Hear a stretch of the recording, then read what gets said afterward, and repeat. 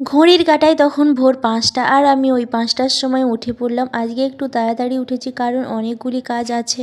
সকালে ভগবানকে গড় করে সারাদিনটা শুরু করলাম আমি। ওই শরীরটা একটু খারাপ ছিল, তার জন্য ডাক্তার দেখিয়েছি, ওষুধও খাচ্ছি, কিন্তু কি আর করা যাবে, ঘরের কাজ তো করতেই হবে, কারণ আমরা মেয়েদের কাজ আর কে করবে বলো তো।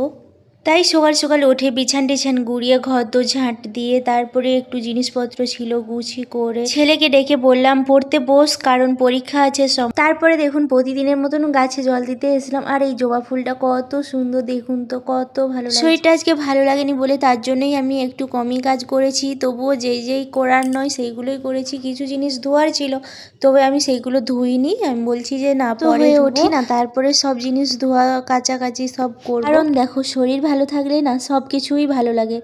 আজকে আর সকালে ভাতটা রান্না করলাম নি, ছেলেকে বললাম কচি তুই একটু মুড়ি খেয়ে নে, আজকে মুড়িটা খেয়েই স্কুলে চলে যাবি। যে ঠিক আছে মা, তাই তো তাই, আমি মুড়ি খেয়েই চলে যাব, আমাকে একটু দাও, আমি তোমার কাজে কিছু সাহায্য করে দিই।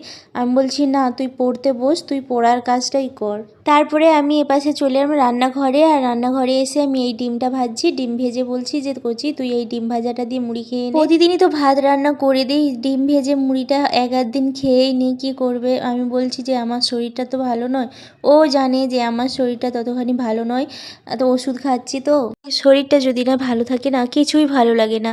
তো আমার এই ভিডিওগুলো যদি তোমাদের ভালো লাগে লাইক কমেন্ট করে পাশে থেকো, সবাই ভালো থেকো, সুস্থ থেকো।